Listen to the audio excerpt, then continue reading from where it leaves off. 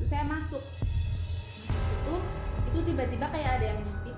Itu rambut panjang banget, sosoknya apa, rambutnya panjang, cewek, itu putih. Nah saya kaget dong, saya refleks, saya lihat di balik pintu, saya lihat ada sosok.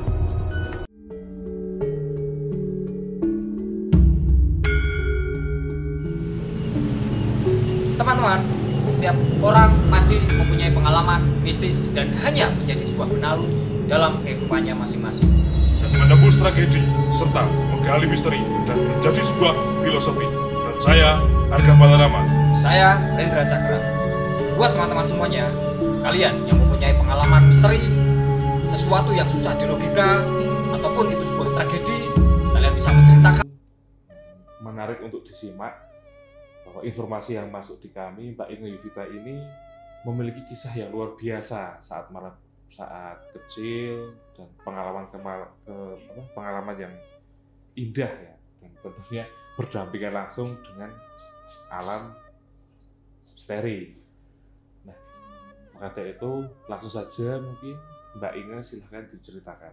Ya, terima kasih buat Mas Arga sama teman-teman yang udah undang saya langsung datang ke studionya Dua Sisi Real. Saya punya sedikit cerita yang nggak enak sampai sekarang, nggak enak. Ceritanya dulu waktu saya umur 4 tahun, masih kecil, belum sekolah. Waktu itu simbah saya itu mau panen padi di sawah. Kebetulan di situ banyak pekerja. Terus sekitar jam 10 siang simbah saya sibuk di rumah nyiapin makanan bekal yang mau dikirim ke sawah. Terus singkat cerita, saya berangkat sama simbah saya digendong. Itu perjalanannya itu cukup lama, 15 menit sampai 20 menit. Itu yang kalau udah biasa lewat situ ya udah biasa ke sawah. Tapi kalau kayak orang yang belum pernah mungkin itu jauh, karena kebetulan tuh jalannya rusak. Waktu itu masih tanah, licin. Waktu itu saya digendong kan sama simbah putri saya. Itu menyusuri sawah. Seneng banget waktu itu. Namanya anak kecil kan lihat banyak pohon, terus lewatin kali, sungai, itu seneng banget.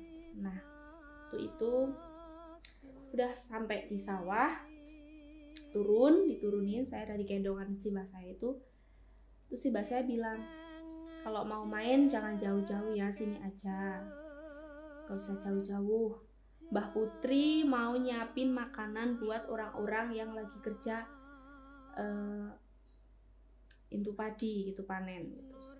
Terus kebetulan di sawahnya itu, di bawah sawah itu tuh ada kali, aliran kecil sih, nggak besar kecil, tapi panjang gitu. Jadi arahnya itu ke atas turun gitu, melewati sawah simbah saya itu. Nah di situ tuh banyak kayak ikan kecil-kecil, terus banyak, kalau dulu tuh suka nangkepin cebong, tahu kan yang cebong kecil itu suka banget dulu. Nah di situ udah simbah saya tuh Mbak Putri sibuk ngurusin orang-orang yang lagi panen, terus saya main di situ sendiri. Kayak gitu saya nangkepin ikan-ikan itu. Namanya ikan kan kalau kita mau tangkap itu kan susah banget, lari-lari itu. Nggak sadar saya sampai ke atas, ke aliran yang atas. Nah di situ tuh banyak pohon bambu dulu, terus bawahnya tuh semak gitu. Di situ saya melihat sosok yang sangat menyeramkan, yang sampai sekarang saya nggak bisa lupain. Terus sosoknya serem banget. Itu wujudnya itu seperti leak Bali. Di situ lagi duduk, terus dia bawa anak bayi, itu sedang menyusui, dan mohon maaf payudaranya tuh panjang banget, panjang sampai ke tanah gitu, lagi nyusuin. Terus yang satunya disampirin di sini.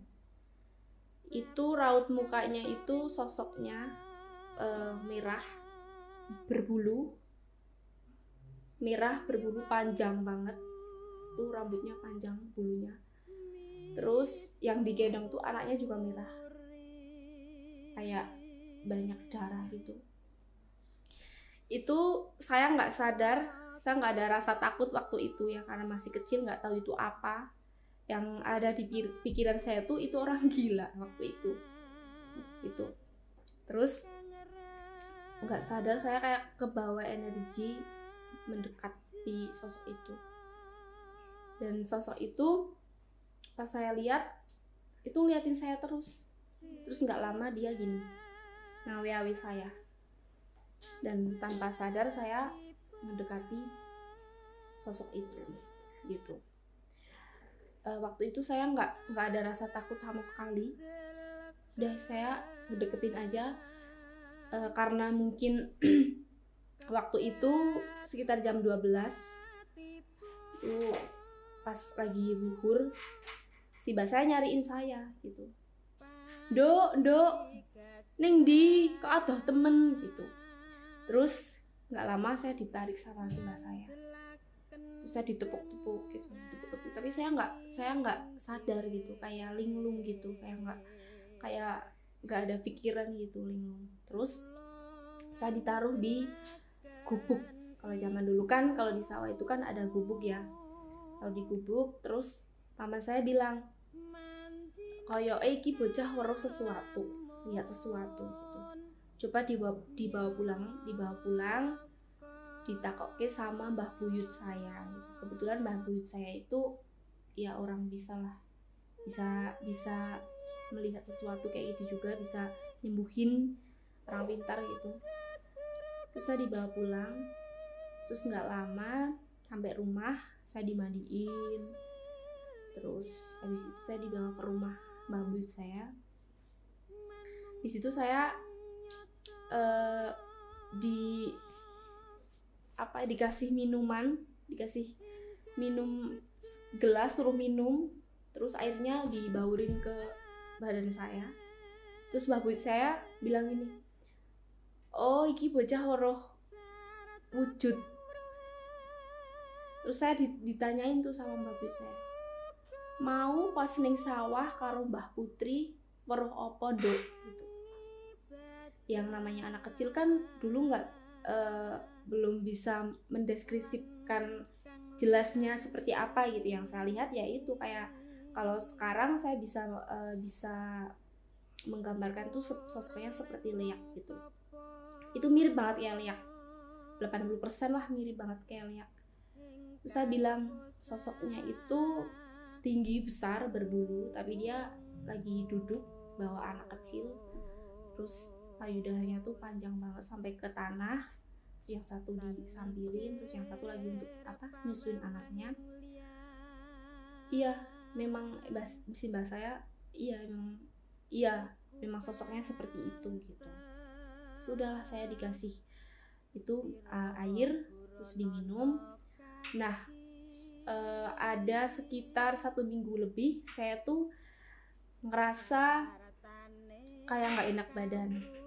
Kalau orang zaman dulu itu bilangnya kena sawan ya itu. Terus saya sempat diobatin sama si mbah saya, tapi nggak ada hasil. Maksudnya ya perlahan ada, cuman nggak normal kayak biasanya gitu, masih linglung. Terus pikiran juga kadang nggak kayak anak lain gitu, masih nggak normal kayak biasanya gitu. Terus si mbah putri saya datang ke orang pintar, ustadz lah lebih tepatnya tuh, ustadz ya gitu. Terus bilang disuruh dicariin bunga gitu, bunga apa ya, kalau dulu tuh orang bilang kembang apa sih, dupa, Kembang 7 rupa atau? Oh iya, kembang ya 7 rupa itu. Terus dicariin di pasar gitu. Tuh pagi-pagi tuh si mbah putri saya pasar cari kembang gitu. Udah dapet, terus buat mandi gitu. Saya dimandiin pakai kembang gitu. Terus habis itu makin membaik, normal lagi gitu, kayak bisa kayak anak kecil lah, nggak linglung lagi, terus pikiran juga normal kayak biasanya gitu. Semenjak itu saya trauma diajak ke sawah lagi gitu. Ya masih 1 kali 2 kali lah, cuman masih agak ada rasa trauma sedikit gitu, karena sosoknya itu benar-benar jelas banget, serem. Sampai sekarang, sampai saya usia 24 tahun, saya masih belum bisa ngelupain kejadian itu. Itu pengalaman yang sangat menyeramkan, yang nggak bisa terlupakan sampai sekarang. Tuh. Nah, setelah itu yang Mbak alami ini cerita yang kedua yang menurut saya juga serem. Waktu itu saya sama mbak saya itu lagi main kelereng di depan rumah paman saya. Kebetulan rumahnya itu jauh sama rumah-rumah warga lainnya gitu, karena waktu itu paman saya itu punya lahan pekarangan gitu, tapi emang tanahnya itu masih jauh sama rumah warga. Terus paman saya buat rumah di pekarangan itu, dan kebetulan tuh kanan kiri depan belakang tuh masih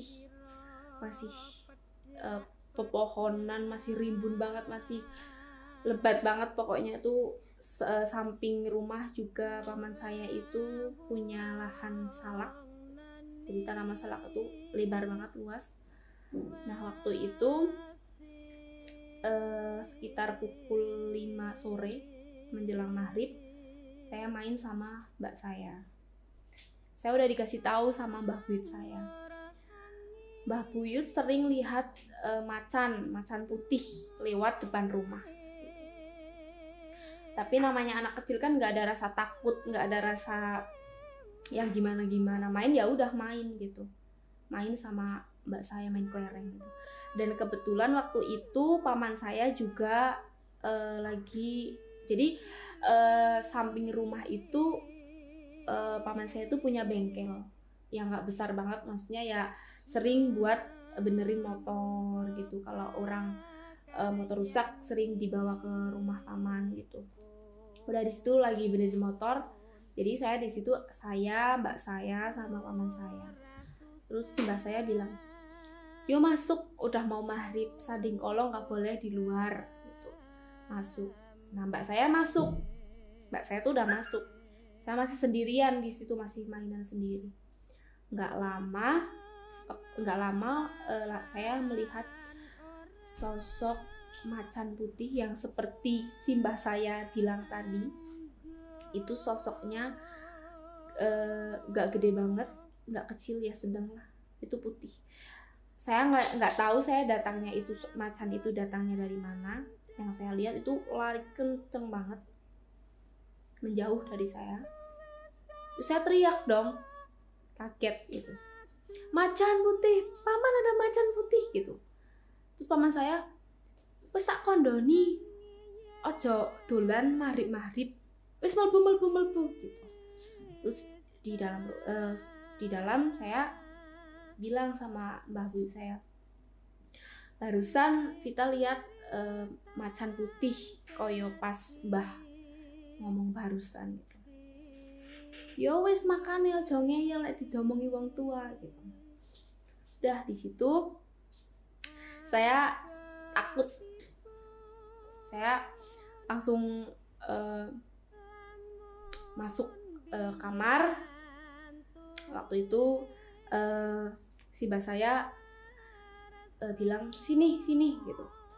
Langsung di kamar itu saya ditemani sama si mbah saya.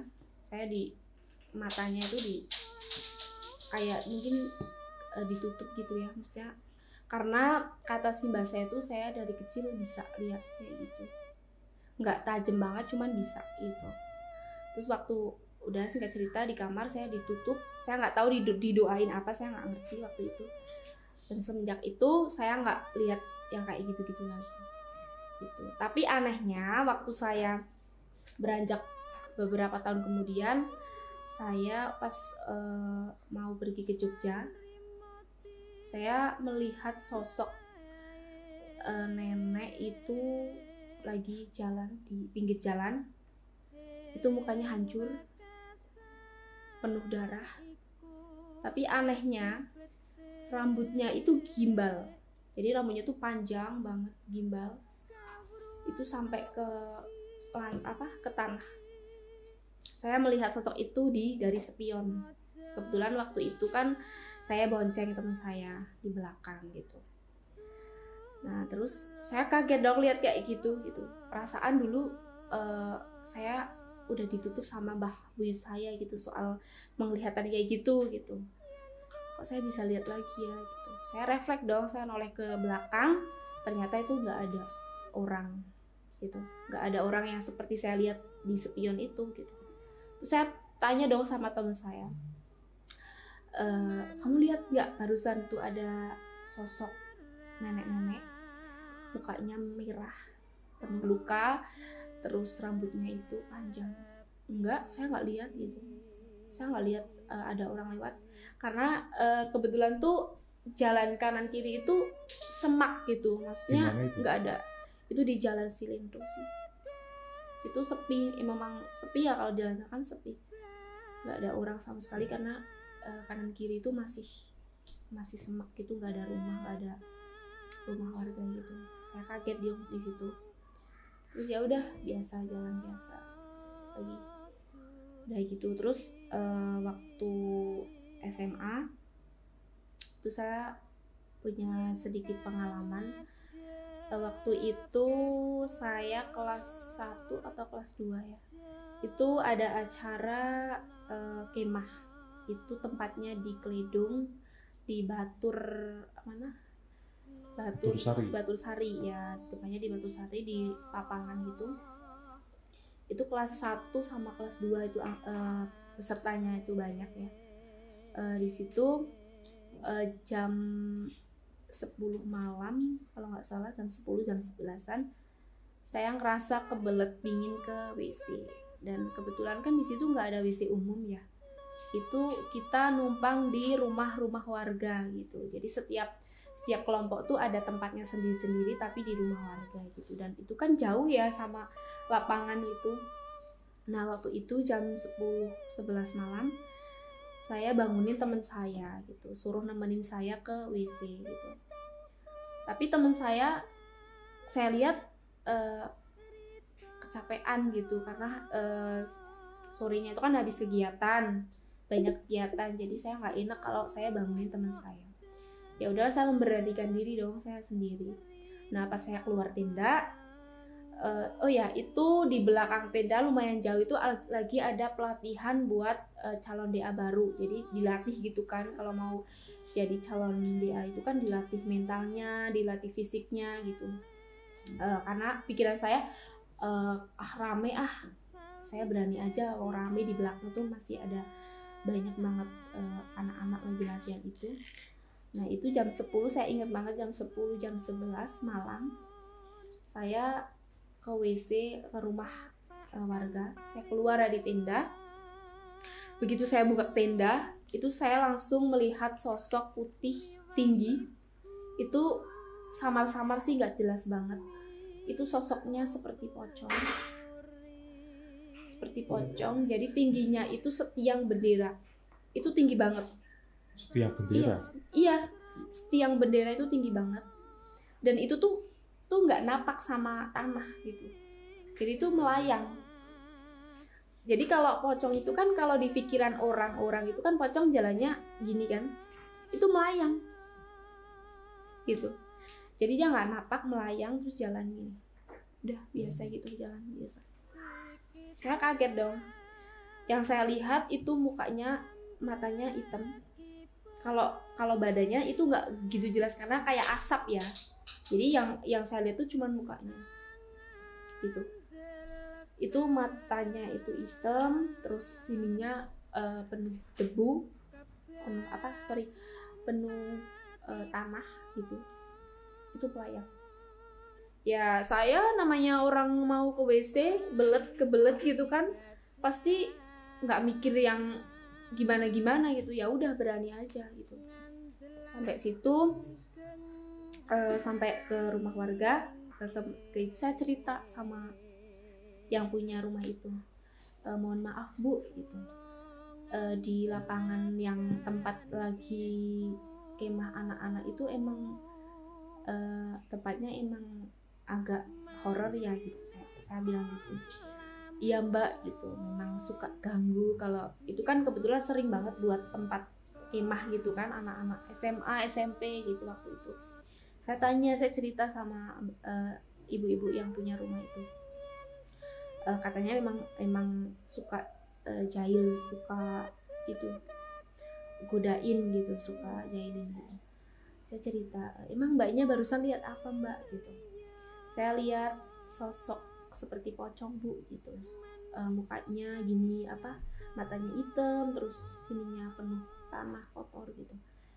Iya Mbak, emang suka muncul di situ gitu. Terus gimana Mbak sosoknya? Ya serem lah Bu gitu, tinggi banget gitu, melayang yang saya lihat gitu. Dan waktu itu saya pamit sama ibu, ya udah Bu saya kembali ke tenda gitu karena masih banyak kegiatan gitu. Nah sampai di tenda, teman saya tuh udah ada yang bangun karena ada pelatihan lainnya gitu. Nah saya cerita sama teman saya, iya barusan saya juga lihat dengar suara-suara gitu. Padahal itu di belakang tenda itu rame banget, masih banyak anak yang sedang latihan itu, calon DA baru kan gitu. Menarik disimak juga ini Mbak Inge ini kan terkenal pendiam gitu ya, di sekolah itu terkenal pendiam. Iya. Dan sempat, kalau kata orang-orang tuh pendiam banget, ngeri gitu kalau kemana-mana kadang sendiri. Iya. Itu kalau di SMA pernah ngalamin juga? Ya waktu di SMA tuh saya pernah, waktu itu lagi jam pelajaran, itu sekitar jam 10 siang. Saya izin keluar ke WC. Waktu itu lagi pelajaran matematika kalau nggak salah. Terus saya nggak suka pelajaran matematika, saya izin ke WC, alasan gitu. Saya izin, di belakang musola itu kan ada WC. Dan itu tuh biasanya rame banget, banyak cowok-cowok pada nongkrong, pada cerita-cerita gitu. Nah, walaupun itu jam pelajaran tuh kan ada suka yang ada pada izin keluar gitu, pada nongkrong, pada makan gitu di depan WC itu rame banget. Dan kebetulan kan depan WC itu ada kursi ya untuk nongkrong gitu.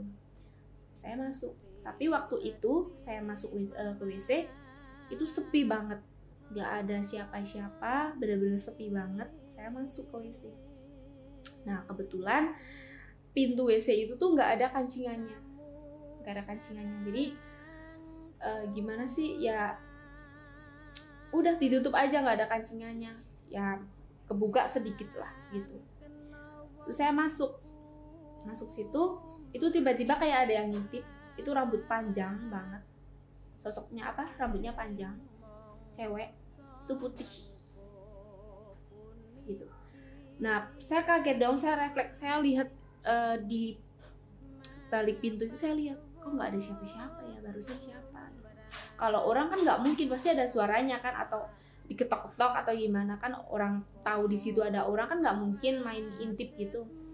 Nah di situ saya refleks, saya keluar. Nah pas saya keluar, pas saya buka pintu, itu ada suara ketawa, itu cewek, itu jelas banget di telinga saya. Ketawanya tuh gitu, itu serem banget. Dan saya refleks dong keluar gitu. Nah sampai di kelas, kebetulan saya punya temen yang indigo gitu, yang bisa lihat kayak gitu. Saya cerita sama temen, kata temen saya memang ada di situ sosok cewek yang sering gangguin orang di situ gitu. Itu pengalaman saya ya waktu di SMA seperti itu. Alhamdulillah sih nggak ada yang serem kalau waktu SMA, cuman itu doang. Kalau akhir-akhir ini saya cuman seringnya tuh mendengar suara-suara doang sih. Kayak kalau malam itu sering banget denger suara orang nangis Itu di rumah. di rumah. Saya itu kan anaknya suka bergadang ya, nggak bisa tidur cepet gitu, masih bergadang terus, bahkan sampai jam 2, jam 3, sampai subuh kadang belum tidur gitu. Sering banget dengar suara orang nangis. Tetangga saya itu kan, saudara saya kan punya kebun di samping rumah. Itu ada tanaman pohon sirsat. Ya, kata orang zaman dulu kan kalau pohon sirsat itu kan suka ditempatin sama makhluk-makhluk halus ya. Di situ kebetulan karena pohonnya udah nggak pernah berbuah kan, mau nggak mau ditebang ya gitu. Nah semenjak itu pohon ditebang, itu sering banget dengar suara orang nangis cewek. Itu pertama itu saudara saya cerita sama saya, kalau malam tuh saya sering dengar suara gini-gini, orang nangis gini. Saya nggak percaya gitu, karena saya juga sering bergadang gitu, susah tidur, nggak pernah dengar suara yang kayak gitu. Saya nggak percaya. Nah beberapa hari saya dengar sendiri itu suara orang nangis gitu. Itu suaranya melengking banget. Suaranya tuh pelan, lama-lama ngedeket, nanti ngejauh lagi, nanti pelan lagi, ngedeket gitu. Suara cewek. Itu saya udah ada 3 kali, 4 kali saya dengar suara orang nangis itu cewek. Saya cuman bisa ya ngedoain aja, maksudnya ya mungkin butuh doa dari orang-orang yang masih hidup ya, misalnya keluarga yang masih hidup, biar di sana tuh tenang. Cuma berdoa aja sih gitu. Tapi kalau sosok pernah? Kalau sosok sampai saya usia 24 saya udah nggak lihat kayak gitu lagi, cuman sekedar suara-suara doang sih kalau sekarang ya. Semoga sih udah nggak lagi lah lihat kayak gitu, udah trauma, udah serem juga kalau iya. Udah serem juga. Oke, menarik untuk disimak. Ini Mbak Inge, ini beberapa teman-teman itu DM di akun Dua Sisi Real. Maka ada pengalaman yang masih spesial dan itu juga dalam kutip ngeri. Mungkin bisa dilanjutkan. Ya. Waktu itu aku punya teman namanya Mbak Tiara. Kita satu SMA. Waktu itu jam pembelajaran itu karena guru-guru mau pada rapat kan, kita pulang kasih itu dibubarkan lebih awal. Nah karena waktunya masih agak pagi itu jam 10 kita udah dibubarin, terus kita ada rencana yuk mau main kemana gitu. Nah kebetulan saya ngajak teman-teman saya gitu, ke rumah saya aja yuk gitu. Terus ya udahlah, di situ saya sama teman-teman rumah saya. Terus sampai di rumah, teman saya tuh masuk rumah tuh nggak enak hawanya gitu. Saya tahu gerak-gerik dia tuh udah beda gitu. Saya bilang, kamu kenapa gitu? Nggak apa-apa gitu. Udah di situ duduk, saya buatin minum, saya bawain makanan gitu, kita nongkrong bareng. Dia cerita gini, kamu kalau malam bergadang ya gitu. Iya, saya kalau malam sering bergadang. Kenapa ya? Di sebelah TV itu ada yang suka ngeliatin kamu gitu. Masa? Saya kan nggak percaya ya, maksudnya nggak ada rasa yang gimana gitu. Kalau malam saya nonton TV ya udah, nggak ada rasa takut, nggak ada rasa apa gitu. Beneran ada gitu, sosoknya tuh kakek-kakek. Jadi ininya panjang, apa sih namanya? Ya, enggak, ini apa sih, rambut tuh panjang. Jenggotnya panjang. Ya, jenggotnya itu panjang. Terus dia pakai ikat. Ikat. Dia duduk liatin kamu. Kadang dia mesem sama kamu, mesem. Tapi saya nggak ada rasa gimana gitu. Nah, saya juga punya tetangga. Kebetulan juga tetangga saya itu sebelah sama rumah saya, sebelahan. Waktu itu dia belum nikah, belum berkeluarga, masih sendiri gitu. Jadi kalau malam dia tuh sering digangguin sama sosok-sosok makhluk halus gitu.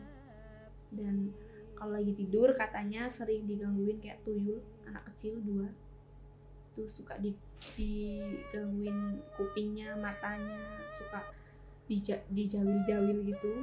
Kalau lagi sholat juga sering diintip sama sosok, katanya sih sosoknya itu tinggi besar, laki-laki tinggi besar, terus rambutnya panjang. Itu persis di belakang samping rumah saya gitu. Nah, waktu itu karena penasaran, teman saya dipanggil gitu, Mbak, temannya Mbak Vita ya gitu, rumahnya mana gitu. Mbak, saya tuh hawa saya tuh nggak enak di rumah gitu, sering digangguin makhluk halus gitu. Terus teman saya itu Tiara itu ke rumah itu tetangga saya gitu. Nah, lewatlah belakang rumah. Itu dia udah hawanya tuh udah nggak enak banget si Tiara itu gitu. Saya bilang, gimana Tir gitu, aman gitu. Nggak, ini hawanya panas banget, nggak enak banget. Terus dia masuk di ruang tengah, ruang makan. Di situ katanya udah ada sosok perempuan. Itu biasa duduk di kursi meja makan katanya. Sering ke situ. Kata teman saya itu bukan penghuni situ, cuman dia sering mampir ke situ dan dia seringnya duduk di situ gitu. Terus kata bapaknya, saya di ruangan ini tempat sholat saya juga sering digangguin Mbak gitu. Oh ya itu ya bapaknya sering digangguin sosok tinggi besar ya gitu di jendela gitu, sering ngintip bapak kalau lagi sholat gitu. Itu waktu itu belum dikasih korden waktu itu, jadi masih kaca, masih plong gitu, masih kelihatan gitu. Terus teman saya bilang, besok dikasih korden ya Pak, biar nggak bisa ada orang lihat gitu. Oh iya Mbak gitu. Terus jalan ke kamar itu tetangga saya. Sampai di kamar, teman saya tuh lihat sosok anak kecil 2 itu yang katanya sering ganggu tetangga saya kalau lagi tidur gitu. Paras bukan? Yang katanya yang satu itu gondrong, anak kecil tapi gondrong, rambutnya panjang. Yang satu itu nggak ada rambutnya, gundul gitu, dan mukanya itu sininya hitam, kata teman saya, putih. Dia nggak pakai celana, ya seperti yang layaknya orang tahu lah kalau wujud tuyul terus nggak pakai celana, pakainya daleman gitu. Terus teman saya bilang sama bapak itu, padahal bapak itu belum cerita kejadian yang dialaminya di dalam rumahnya gitu, kejadian yang dialami gitu. Nah, terus bapak itu cerita, Mbak, saya tuh kalau malam sering digangguin anak kecil 2 seperti yang diomongin mbaknya tadi. Terus digangguin sosok tinggi besar juga, kalau lagi sholat suka diintip. Terus di ruang tamu juga, di ruang makan juga suka kayak ada yang nemenin saya kalau lagi makan gitu. Terus kaget dong, nih kok mbaknya bisa tahu sih gitu. Enggak Pak, saya cuman ini aja, cuman bisa ya lihat sedikit lah Pak gitu. Saran saya sih, Bapak rumahnya kalau kacanya tuh dikasih korden gitu. Kebetulan tuh memang itu baru ya, rumah baru, jadi belum lama ditempatin, jadi masih baru banget, jadi belum ada korden, belum ada kelambunya, jadi ya itu masih plong gitu, suka diintip, suka digangguin gitu. Terus tetangga saya itu foto-foto iseng di depan rumah si bapak itu. Pas diambillah gambar dari HP, itu ada sosok pocong, mukanya nggak jelas tapi itu jelas banget bentuknya pocong. Itu di depan rumah, tepatnya tuh di depan pintu ruang tamu mau masuk gitu. Ya, terima kasih Mbak Ina, kisahnya tadi sangat luar biasa Ya. Dan mungkin nih sebelum mengakhiri pertemuan kita di studio 2 Sisi Real, bisa sampaikan pesan dan sarannya untuk 2 Sisi. Pesan saya buat temen-temen yang mau ke tempat manapun, lewat tempat manapun, satu kita beri salam. Ya percaya nggak percaya, kita hidup di dua alam ya gitu. Kita berdampingan sama makhluk kayak gitu. Satu, kita beri salam. Yang kedua, jaga mulut, jaga ucapan juga, jaga omongan. Terus udah sih itu aja paling. Untuk yang dua sisinya? Untuk dua sisinya, semoga channel Dua Sisi semakin maju, semakin sukses, semakin bisa dikenal sama masyarakat, khususnya masyarakat Wonosobo ya. Semoga kedepannya semakin jaya lah pokoknya. Terima kasih sekali Mbak Ine Ya. sudah hadir di studio Dua Sisi, Ya, dan semoga cerita-cerita Mbak Ine ini menjadi hikmah untuk kita dan masyarakat luas bahwa kita hidup di alam nyata dan alam yang fana, dan kita saling berdampingan, saling menghormati. Terima kasih Mbak Ine. Ya, sama-sama. Saudara-saudari dimanapun Anda berada, begitulah tadi kisah yang kita saksikan mengenai sebuah tragedi tentang angkernya kehidupan yang hakiki berdampingan sehingga menjadi dua sisi. Dan juga untuk teman-temanku yang memiliki kisah horor, memiliki kisah gaib, kalian bisa datang ke studio dan juga bisa menghubungi kontak yang berada di bawah ini. Sekian dari saya, Arga Balarama, Dua Sisi, pamiyakin warana kinarya sasomo hamayu hayuning sasomo. Wallahul muwaffiq ila aqwamit thoriq. Wassalamualaikum warahmatullahi wabarakatuh.